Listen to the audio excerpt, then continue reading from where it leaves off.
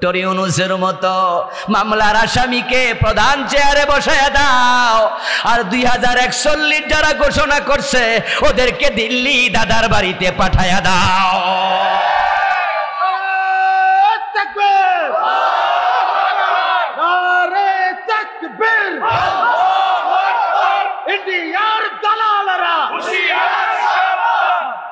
আমার প্রিয় ভাইয়েরা, জনগণ ক্ষমতার মালিক, এই শিরকি আকীদা থেকে ফিরে আসা দরকার আছে না নাই? এজন্য আমরা সংবিধান পরিবর্তনের কথা বলছি। আলহামদুলিল্লাহ, আমরা বছরের পর বছর, যুগের পর যুগ এই সংবিধান পরিবর্তনের কথা বলে আসছি। এটা ভালো করে গ্রহণীয় হয় নাই, কিন্তু আলহামদুলিল্লাহ অগাস্ট বিপ্লবের পরে এখন নতুন সরকারও সংবিধানের ব্যাপারে ভাবতেছে। কেউ বলতেছে সংস্কার, কেউ বলতেছে নতুন করে লিখো। আমরা দাবি তুলতে চাই, এই সংবিধান সরাইয়া কোরআনকে সংবিধান বানায়া দাও। এই সংবিধান শিরিক মিশ্রিত সংবিধান, এই সংবিধান কুফরি মিশ্রিত সংবিধান।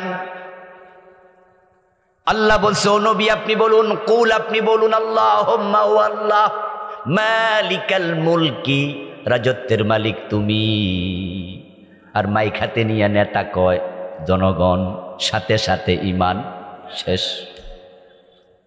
এই নেতা আল্লাহর সামনে গিয়ে সেদিন বলবে, আল্লাহ এই কথা বললে ঈমান চলে যায়, এটা আমি জানতাম না। ওয়ামা কুন্না না'মালু মিন সু। কোরআনে আল্লাহ বলছেন, সেদিন সে বলবে আমি এমন খারাপ আমল আমি করতাম না, এ কথা আমার মুখে আমি আনতাম না, আমি বুঝি নাই পীরের পায়ে সেজদা দিলে ঈমান চলে যাবে।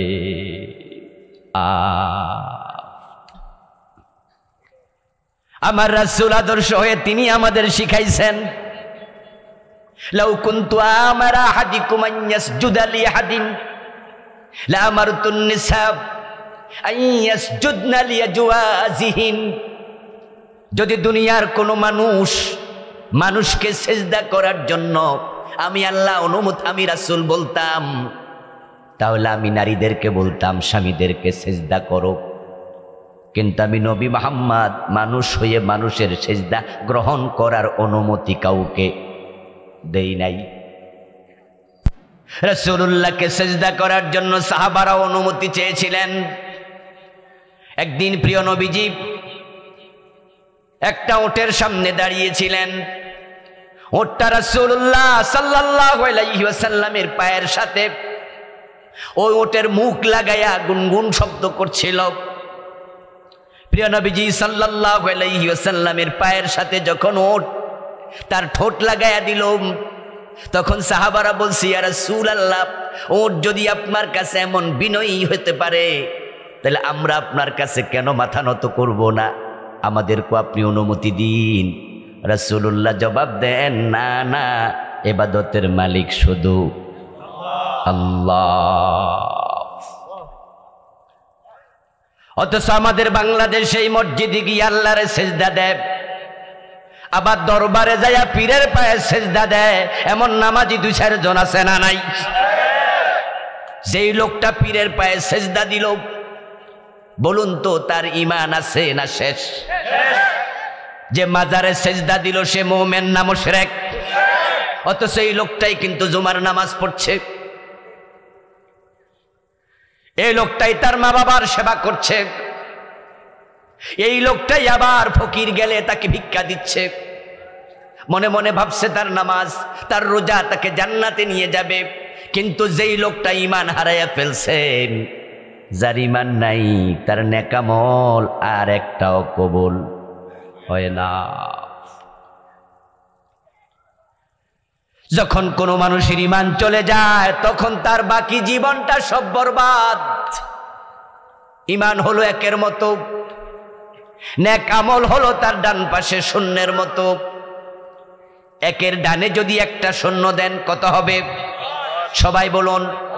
2টা দিলে, 3টা দিলে, এবার 1 মুছে দেন, শূন্য শেষ, মূল্যহীন। আল্লাহর কত বান্দা শিরিক করেছে, কুফর করেছে, নেফাকে ইতিকাদি অন্তরে লালন করছে। আবার লোকটা নামাজও পড়ে, কি লাভ হবে, কি লাভ হবে? 5 ওয়াক্ত নামাজি হাজী সাহেব আল্লাহর আইনের কথা শুনলে চেহারা কালো হয়ে যায়। আল্লাহর আইনের পক্ষে যারা কথা বলে তাদেরকে উল্টা রাজাকার বলে গালি দিয়ে দেয়। এমন আছে না নাই? আল্লাহর আইনের বিরুদ্ধাচরণ যে করে সাথে সাথে তার ঈমান শেষ। যেই লোকটা ঈমান হারা হয়ে যায়, বেঈমান হয়ে যায়, ওই লোক নামাজ রোজা করে আর কি লাভ? সব আমল হারিয়ে গেল। এবার লোকটা আল্লাহ তাআলাকে বলবে, হ্যাঁ প্রভু বুঝেছি, আমি শিরিক করেছি, আমি কুফর করেছি, এখন তুমি আমার দুনিয়া একটাবারের জন্য পাঠাও, ফানাকুনা মিনাল মুমিনিন, আমি ঈমানদার হয়ে ফিরে আসব। আল্লাহর কাছে বলবে, আমারে আরেকবার পাঠাও দুনিয়ায়। আপনার একটু আওয়াজ দিয়া বলুন তো, দুনিয়ায় পাঠানো হবে? কোন সুযোগ আর আছে? সব শেষ, ভুল করেছ। কোন কারণে, কোন কুফর, কোন শিরিক, কোন নেফাক আমাদের ঈমান ধ্বংস করে দিচ্ছে? কোন কারণে আমাদের আমলগুলো বাতিল হয়ে যাচ্ছে? আজকে আলোচনা শুনে যদি আমরা বুঝি যে এই ভুলে আমিও আছি, এখনো তওবার সুযোগ আছে কিনা, এই জন্য এখন বুঝলেন, পরে বুঝলিয়া লাভ নাই। আল্লাহর অসংখ্য বান্দা শিরিক দেখে কিয়ামতের দিন আল্লাহ তাআলাকে বলবে, আমলনামা শিরিক আল্লাহ দেখায় দেবে, এই শিরিক তুমি করেছো, এই কুফর তুমি করেছো। আমাদের দেশের নেতারা, এই তো নির্বাচন হবে কিছুদিন পরে, হয়তো 1 বছর 6 মাস 2 বছর পরে নির্বাচনের আগে দেখবেন আপনাদের এই বড়দর্শী এলাকাতেও, এই ব্রাহ্মণ পাড়াতেও কত নেতা মুসলমানের সন্তান মাইক হাতে নিয়ে হাজার মানুষের সামনে শিরিক করবে। মাইক হাতে নিয়ে আমাদের নেতারা বলে, জনগণ সকল ক্ষমতার উৎস। এই কথা বলার মতো নেতা আমাদের এলাকায় আছে না নাই? আল্লাহর কসম, আল্লাহর কসম, এই চিন্তা যেই লালন করবে তার ঈমান শেষ, ও বেটার সব শেষ করে ফেলেছে। আমার দেশের সংবিধানের এটা অংশ।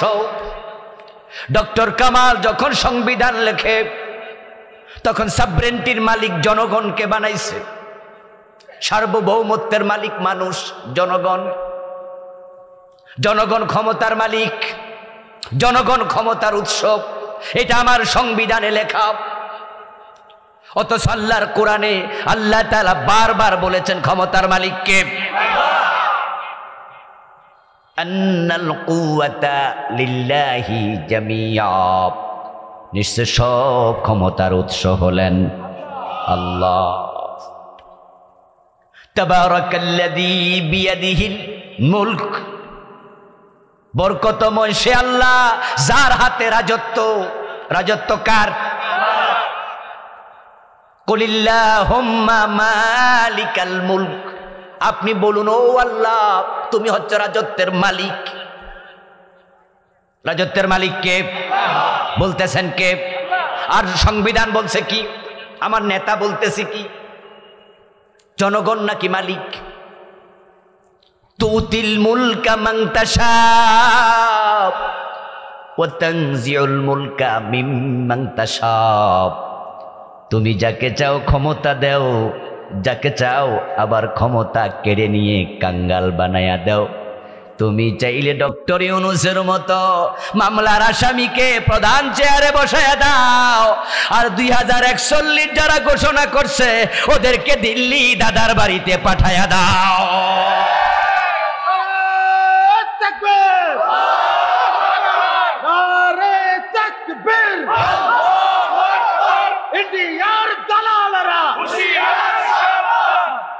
আমার প্রিয় ভাইয়েরা, জনগণ ক্ষমতার মালিক, এই শিরকি আকীদা থেকে ফিরে আসা দরকার আছে না নাই? এই জন্য আমরা সংবিধান পরিবর্তনের কথা বলছি। আলহামদুলিল্লাহ, আমরা বছরের পর বছর, যুগের পর যুগ এই সংবিধান পরিবর্তনের কথা বলে আসছি, এটা ভালো করে গ্রহণীয় হয় নাই। কিন্তু আলহামদুলিল্লাহ অগাস্ট বিপ্লবের পরে এখন নতুন সরকারও সংবিধানের ব্যাপারে ভাবতেছে। কেউ বলতেছে সংস্কার, কেউ বলতেছে নতুন করে লিখ। আমরা দাবি তুলতে চাই, এই সংবিধান সরাইয়া কোরআনকে সংবিধান বানায়া দাও। এই সংবিধান শিরিক মিশ্রিত সংবিধান, এই সংবিধান কুফরি মিশ্রিত সংবিধান। আল্লাহ বলছে, ও নবী আপনি বলুন, কুল আপনি বলুন, আল্লাহুম্মা ও আল্লাহ মালিকাল মুলকি, রাজত্বের মালিক তুমি। আর মাইক হাতে নিয়ে নেতা কয় জনগণ, সাথে সাথে ঈমান শেষ। এই নেতা আল্লাহর সামনে গিয়ে সেদিন বলবে, আল্লাহ এই কথা বললে ঈমান চলে যায়, এটা আমি জানতাম না। ওয়ামা কুন্না না'মালু মিন সু। কোরআনে আল্লাহ বলছেন, সেদিন সে বলবে আমি এমন খারাপ আমল আমি করতাম না, এ কথা আমার মুখে আমি আনতাম না, আমি বুঝি নাই পীরের পায়ে সেজদা দিলে ঈমান চলে যাবে। কেমনে বুঝবে? ভণ্ড পীরের খপ্পরে তো পড়েছে। আমরা তো বলে আসছি ইবাদতের মালিক আল্লাহ, সেজদার মালিক আল্লাহ, কিন্তু তাদের পীর কইছে এটা সেজদায়ে তাজিমি, অসুবিধা নাই দিতে থাকো।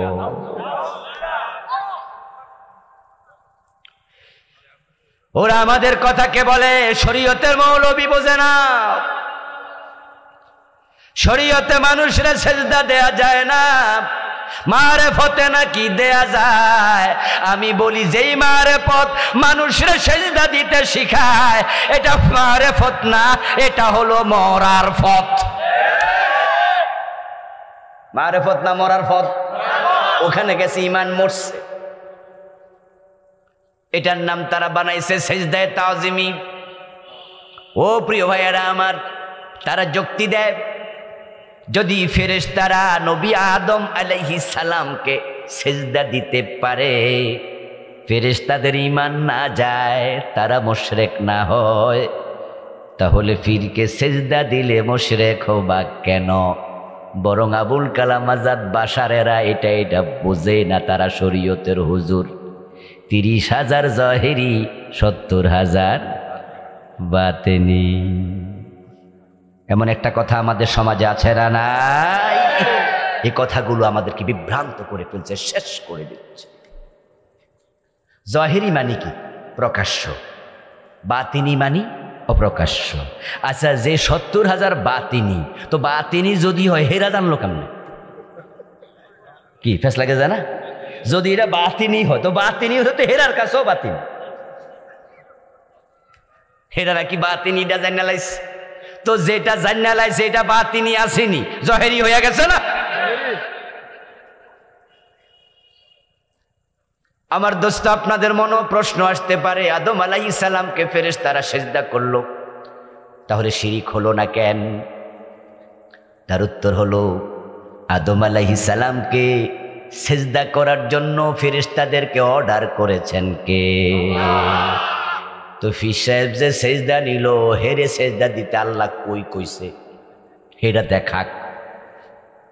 তো আদম একটা হেল্লকে লাগায় কেন?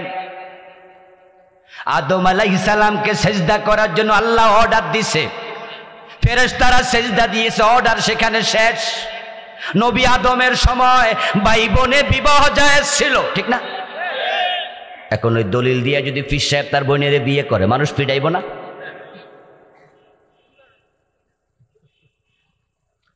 আদম আলাইহিস সালামের শরীয়তে ভাই বোনে বিবাহ জায়েজ, ওটা ওখানে শেষ। তখন মানুষ ছিল না, আল্লাহ চেয়েছেন তাই হয়েছে। ফেরেশতারা আদমের ব্যাপারে তাদের বদ ধারণা ছিল। আল্লাহ যখন বলছেন ইন্নী জাইলুন ফিল আরদি খলিফা, আমি জমিনে খলিফা বানাতে চাই, তখন আদম বানাইতে ফেরেশতারা মানা করছে এবং তারা মন্তব্য করেছে, এমন মাখলুক কেন বানাবেন যারা জমিনে মারামারি হানাহানি করবে? আমার আল্লাহ চাইলেন যে না, আমার আদমের শ্রেষ্ঠত্ব প্রমাণ করে ছাড়ব, তাই আদমকে এলেম শিখালেন, ফেরেশতাদেরকে আদমের কাছে এলমি দৃষ্টিকোণ থেকে পরাজিত করলেন, আদমের প্রতি ফেরেশতাদের অন্তরে ভালোবাসা শ্রদ্ধা তৈরি করলেন। তারপরে মানুষের সম্মান, আদমের সম্মান বাড়ানোর জন্য আমার আল্লাহ সিজদার অর্ডার দিলেন। প্রেক্ষাপট সেখানে শেষ। ওইটাকে টাইনাই না তোমার সাথে লাগাও কেন? যদি ফিরে সিজদা দেয়া মুরিদের জন্য জায়েজ হতো ওই ফতোয়া দিয়ে, ওই আয়াতের দলিল দিয়া পীরের সিজদা দেয়া যদি জায়েজ হতো, এই আয়াত আবু বকর সিদ্দিক ওমর কি জানে নাই? কথা কয় না কেন? তো রাসূলকে তারা সিজদা দিছে কয়দিন? এই ভণ্ড ফির তোমাকে প্রশ্ন করতে চাই, আদমকে সিজদা দিয়েছে ফেরেশতারা, এই দলিল দিয়া যদি তুমি মুরিদের সিজদা নাও, আবু বকর ওমর তো আয়াত তোমার 1400 বছর আগে পড়ছে, এই দলিল দিয়ে তারা রাসূলকে সিজদা কেন করলো না? আপনাদের কাছে আবার জিজ্ঞাসা করবো, আপনারা একটু বলুন তো, পীর হিসাবে বর্তমান ভণ্ড পীর হেতে বড় না রাসূল বড়? মুরিদ হিসাবে আবু বকর ওমর বড় না তারা বড়? তো এত বড় মুরিদ, এত বড় পীর, এই দলিল দিয়া তারা তো পীরের সিজদা করে নাই। রাসূলুল্লাহর মতো বড় পীর নাই, আবু বকর ওমরের মতো বড় মুরিদও নাই। এখন হাসরের ময়দানে তারা বলবে, আল্লাহ ওই ভণ্ড পীরের ভুল ব্যাখ্যার কারণে আমি ঈমান হারাইছি। যদি আমি জানতাম পীরকে সিজদা দিলে ঈমান যায়, আমার সব আমল বরবাদ, তাহলে সিজদা দিতাম না। জনগণ সকল ক্ষমতার উৎস, এই স্লোগান দিলে ঈমান চলে যায়, এই স্লোগান আমি দিতাম না। আমি জানতাম না, আমারে ছেড়ে দাও। আল্লাহ বলবে, না না, সুযোগ নাই, কারণ জানা নফল না ফরজ। তো জানলি না কেন? কোরআনে যত অর্ডার আল্লাহ তাআলা দিলেন, 1 নম্বর অর্ডার কি ছিল? প্রথম আয়াত কি ছিল? ইকরা। ইকরা মানে কি? ইকরা মানে কি? তাহলে পড়ার সাথে জানার সম্পর্ক আছে না নাই? তুই এই কোরআন কেন পড়লি না? হাদিস কেন পড়লি না? তুই কেন জানলি না? তলাবুল ইলমি ফরিদা আলা কুল্লি মুসলিম, জানা তো ম্যান্ডেটরি ছিল, আবশ্যক ছিল। ফেরেশতাদেরকে আল্লাহ বলবেন, খুযুহু ফাগুল্লুহু সুম্মাল জাহিমা সাল্লু। ও ফেরেশতারা, তারে ধর, হাতের মাঝে হাত কড়া পড়ায়া, পায়ের মাঝে ডান্ডা বেড়ি পড়ায়া, মাজার মাঝে গলার মাঝে জাহান্নামের 70 গজ লম্বা শিকল লাগায়া তাকে জাহান্নামে ফেলে দে।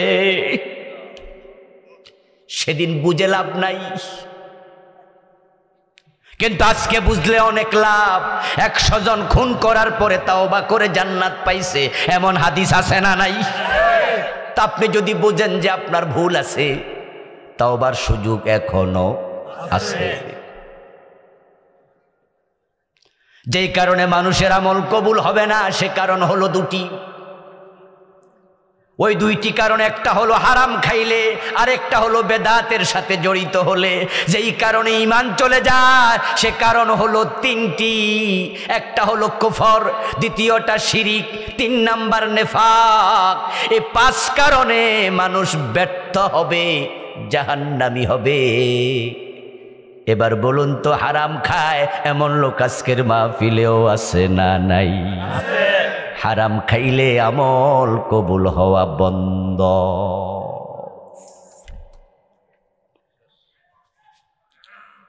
قال رسول الله صلى الله عليه وسلم من اشترى ثوبا ب10 دراهم فيه درهم حرام لم يقبل الله له صلاته ما دام عليه। প্রিয় নবীজি বলছেন, 10 দিরহাম দিয়ে কাপড় কিনেছো, 9 দিরহাম হালাল, এক দিরহাম ছিল হারাম, ওজন কম দেয়া টাকা, মালে বেজাল মিশানো টাকা, পরের জমি দখল করে বিক্রি করা টাকা, সুদে লাগানো টাকা, ফাইল আটকায়া সিগনেচার করেছো ঘোষ নিয়ে পকেটে ঢুকাইয়া সে টাকা তোমার কাপড়ে ঢুকে গেছে 1 টাকা।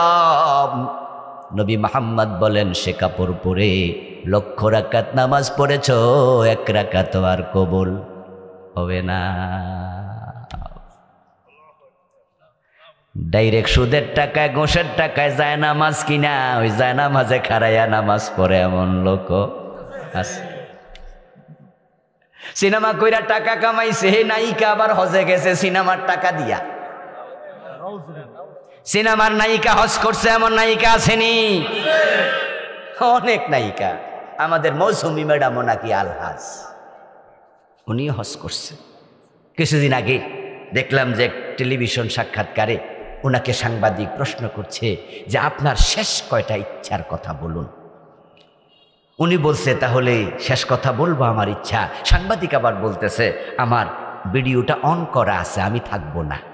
আপনি বলেন একা একা ভিডিও রেকর্ড হোক, আমরা পরে শুনবো। আমাদের সামনে বলতে আপনি হয়তো একটু কুণ্ঠিত হতে পারেন, এজন্য আপনি একা একা বলেন যা বলতে চান। শেষ ইচ্ছা কি?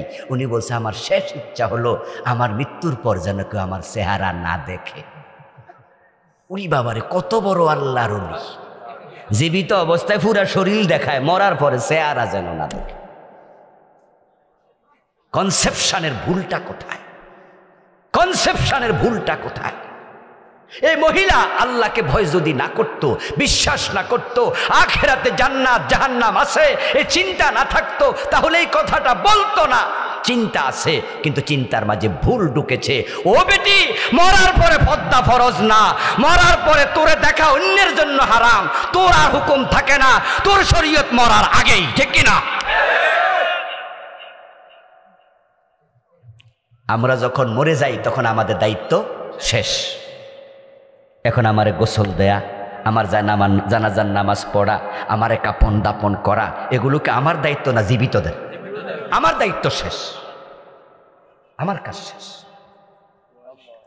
উনি বলতেছে আমার মরার পরে যেন কে চেহারা না দেখে। আশ্চর্য হলাম, আরে মরার পরে পাবলিকে তোমার যদি চেহারা দেখে তোমার কোনো গুনাহ নাই, কারণ তোমার দায়িত্ব শেষ। কিন্তু জীবিত অবস্থায় দেখলে তোমার গুনাহ আছে না নাই? তাহলে পর্দাটা কখন দরকার? আর সে বলছে মরার পর। এই বুঝে শুধু মৌসুমী আফা একা নাই, এই বুঝে আমরাও আছি। আপনাদের এই বড়দশিয়া গ্রামে একজন লোকের শালি মারা গেল, বয়স 16 থেকে 17। শালি মারা যাওয়ার পরপরই দুলাভাই আসলো, এসে শ্বশুর বাড়ির লোকদেরকে বলল আমার শালির শেষ গোসলটা আমি দিতে চাই, আমি দুলাভাই হিসাবে এই আবদার করছি। ওরে বাবারে বাবা, অ্যাকশন শুরু হয়ে গেছে, মাঠ থেকে অ্যাকশন শুরু। নাউজুবিল্লাহ। সবাই বলবে যে কি কয় রে এই বজ্জাত জামাই, তোমার শালির গোসল তুমি দিবা? কি খারাপ কথা! তোমার শালির গোসল দূরের কথা, শালির দিকে তো তোমার তাকানোই না জায়েজ, শরমিয়া। এবার জামাই দুলাভাই বলতেছে তাহলে গতকালকে যে মোটরসাইকেলের পিছনে শালির লইয়া ঘুরছি তখন মাসলা কইছিল? দুলাভাইয়ের মোটরসাইকেলে শালি উইটটা এমনি দৌড়া থাকে, এমন ঘটনা বাংলাদেশে নাই। তো যখন দুলাভাই মোটরসাইকেলের পিছনে শালিরে লইয়া এমন দপাইছে তখন গায়ে গায়ে ঘষা লাগছে না, ওটার কোনো গুণা হয় নাই। তো আজকে তাকাইলে গুণা, ঠিক না? কয় যে গোসল তো দূরের কথা, তাকাইলো গুণা। তো গতকালকে যে ঘষা লাগছে তখন তোমাদের মাসলা কইছিল। নাউজুবিল্লাহ পড়ুন না, তোমরা তখন কোথায় ছিলা? কোথায় ছিলা তখন তোমরা? তাহলে আমরা মরার পরে মাসালা শুরু করি, ঠিক না? হ্যাঁ, দেখবেন যে জিন্দা থাকতে কোরআন শরীফ পড়ে না, মরার পর হুজুর আইনা কোরআন শরীফ পড়ায়। লাশের চারিপাশে বেশি করে পড়, খতম পড়ালা।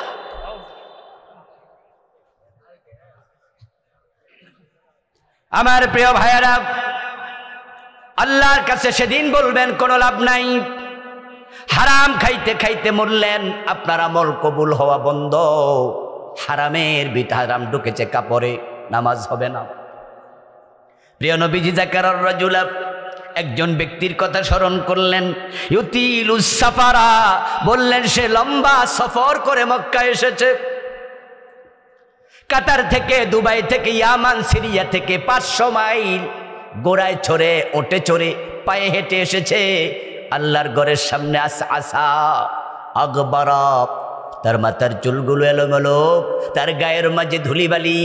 7 দিন হাঁটছে, ইহরাম পরার পরে গোসল করার পানি পায় নাই, পুরাটা শরীরে ধুলাবালি ভরা, একবারে পাগলের বেশে উস্কু খুস্কু চুল নিয়া কাবার সামনে পৌঁছে আবেগ ধরে রাখতে পারে নাই।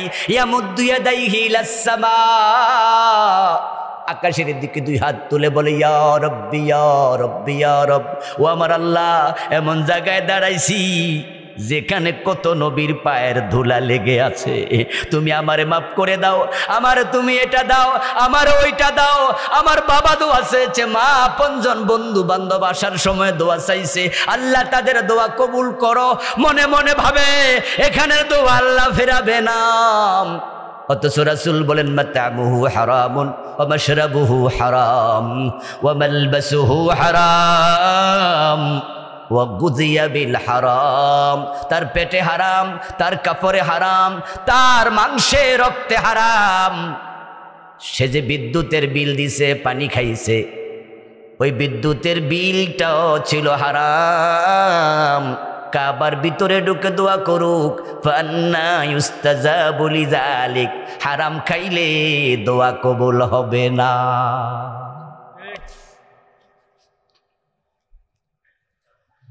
ও দোস্ত আমার, সুদে টাকা লাগাইয়া তুমি জান্নাত খোঁজো কেমনে? নবীজি তো বলেছেন সুদ খেলে 73 গুনাহ, সবচেয়ে ছোটটা হলো নিজের মায়ের সাথে জিনা করা।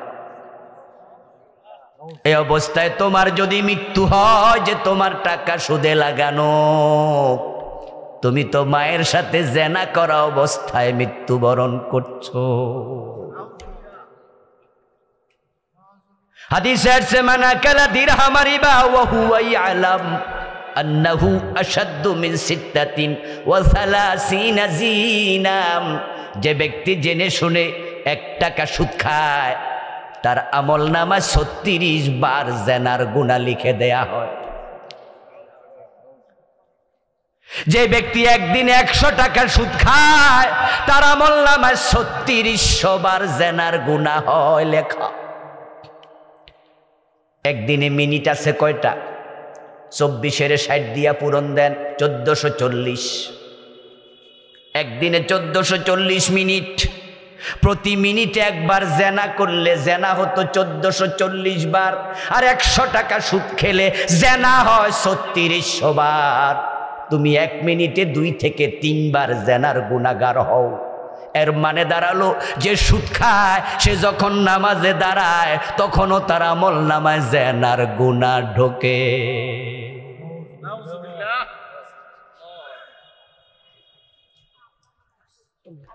ও দোস্ত, হারামের সাথে সম্পর্ক কাট অফ করো, না হয় নামাজ রোজা ছেড়ে দাও, ভণ্ডামি করিও না। সুদ খাইবা নামাজও পড়বা, এটা ভণ্ডামি চলছে। গোশ খাইবা নামাজ পড়বা, মানুষ ঠকাইবা নামাজ পড়বা, তোমার মতো গোলাম আল্লাহর প্রয়োজন। দুটো একসাথে চলবে না, যেটা আমাদের দেশে অ্যাভেলেবেল চলছে, ঠিক না?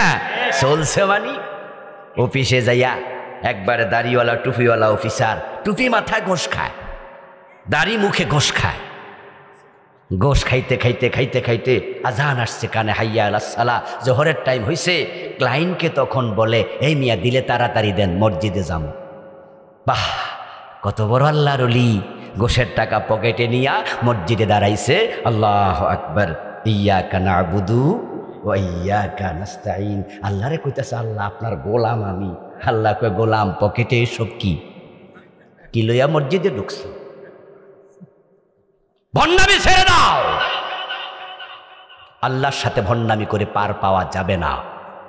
1 টাকা হারাম ঢুকেছে শরীরে, ওই হারাম টাকা বের করো, তারপর আল্লাহকে ধরো।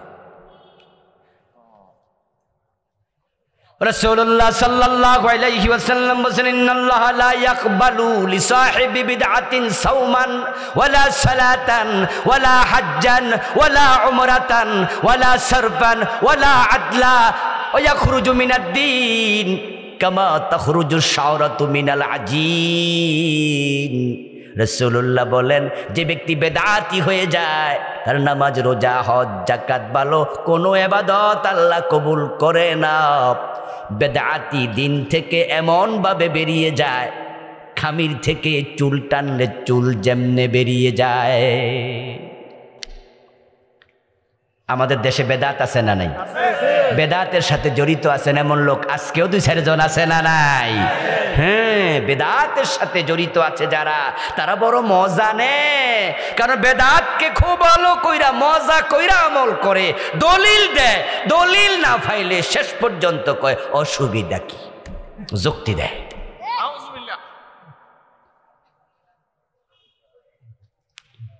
বেদাতি দিন থেকে বেরিয়ে যায় তেমন ভাবে যেমন খামির থেকে চুল বেরিয়ে যায়। কি চমৎকার উদাহরণ, কি চমৎকার উদাহরণ। মহিলারা রুটি বানানোর জন্য খামির বানাইলো আটা দিয়া, ওই খামিরের মাঝে তাকাইয়া দেখে একটা লম্বা চুল দেখা যায়, তখন চুল সহ রুটি বানায় নাকি? আস্তে করে টান দেয়। আপনারা বলুন তো, যখন টান দিল তখন কি চুলের সাথে কোনো আটা বের হয়েছে? আচ্ছা, চুলটা বের করার পরে কি কোনো সুরঙ্গ হয়েছে? কোন জায়গা দিয়ে চুলটা বাইর হয়েছে ভালো করে না তাকাইলে কি দেখা যায়? আরে ভালো করে চাইলেও মাঝে মাঝে বোঝা যায় না, বাইর হওয়ার পরে বোঝা যাচ্ছে না কইছিল। বেদাত ইসলাম থেকে এমন ভাবে বেরিয়ে যায় সে বোঝেও না সে যে ইসলামে আর নাই। কি উদাহরণ। قال رسول الله صلى الله عليه وسلم حلت شفاعتي لأمتي إلا صاحب بدعة। নবীজি বলছেন আমার উম্মত কিয়ামতের দিন তারা আমার শাফাত পাবে, আমি সুপারিশ করব, আল্লাহ তাদেরকে ছেড়ে দেবেন, কিন্তু যারা বেদাতি